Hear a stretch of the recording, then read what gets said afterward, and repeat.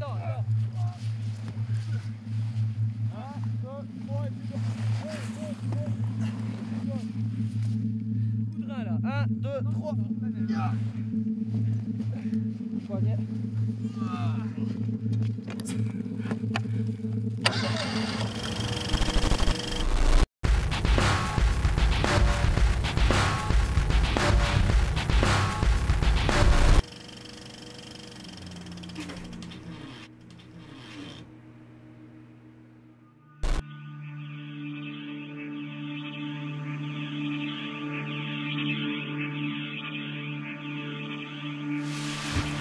On a décidé de tourner de nuit cette année simplement parce qu'on a un film qui va ressortir pas mal d'archives, donc ça semblait absolument inévitable. On a 2005 derrière, 1002, bien suivi devant. On commence comme ça pour le moment.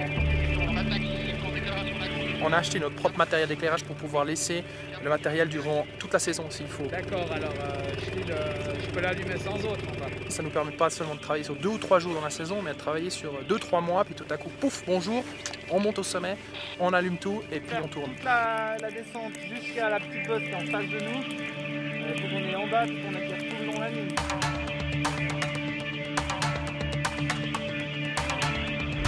Pour ce premier shooting de nuit, on a vraiment eu toutes les difficultés.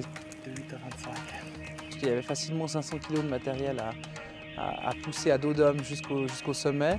En plus de ça, en fin d'après-midi, il s'est mis à neiger absolument en continu, tout ce qu'il pouvait. Pour une première nuit, on était vraiment tout de suite détrempés et déjà fatigués avant même de commencer. On était raides d'avoir monté tout le matériel.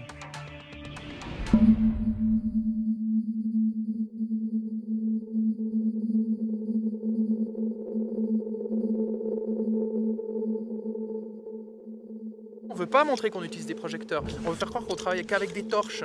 On est obligé des projecteurs. Faut pas dire. Ouais, faut pas dire ça.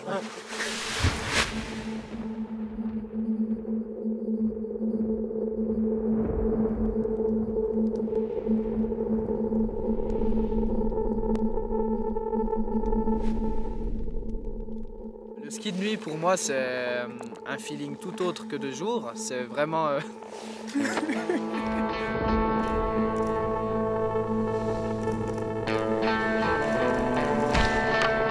Et le feeling quand on skie de nuit c'est vachement différent parce que c'est vachement précis. On éclaire à un endroit et il faut faire un virage ici à cet endroit. Parce que ça se joue sur des toutes petites distances, ça se travaille sur 20-30 mètres, après on n'a plus assez de lumière.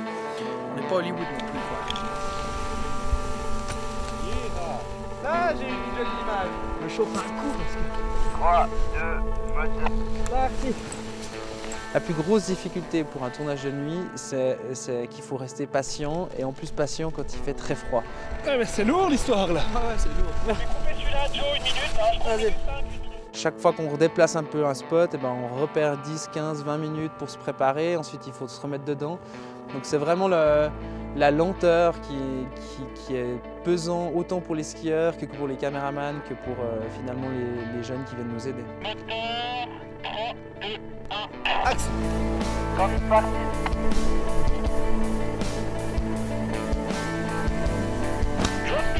J'allais parti.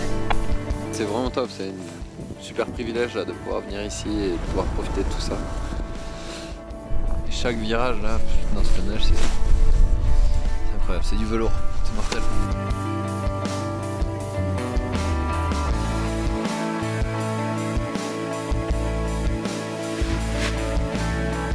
Le plus heureux des hasards, Candide Tovex et Xavier Delru sont venus sur le projet pendant une soirée. Ils avaient déjà entendu parler de notre travail ici, ils avaient déjà aussi entendu parler de la station. Les marécottes, vraiment incroyables. J'ai jamais vu un terrain comme ça dans le coin. C'est vraiment, on dirait un peu le petit Alaska.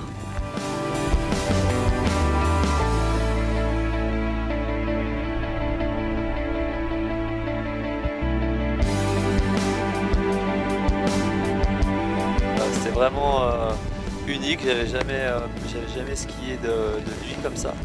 Et fait de photoshoot de nuit et c'était vraiment cool. Je remercie bien les frères Falquet, Jérémy et les locaux des Marécottes. On a passé vraiment une bonne soirée. Plaisir. Pour nous, c'était un plaisir de les voir rider aux Marécottes et de leur faire vraiment découvrir cette région, surtout pour Candide qui n'était encore jamais venu et qui a vite découvert le potentiel de la région. Ça, faut pas que tu me regardes. Je te regarde pas. Parce que là, je suis en instance de rigolade. Il a un instant de rigolade.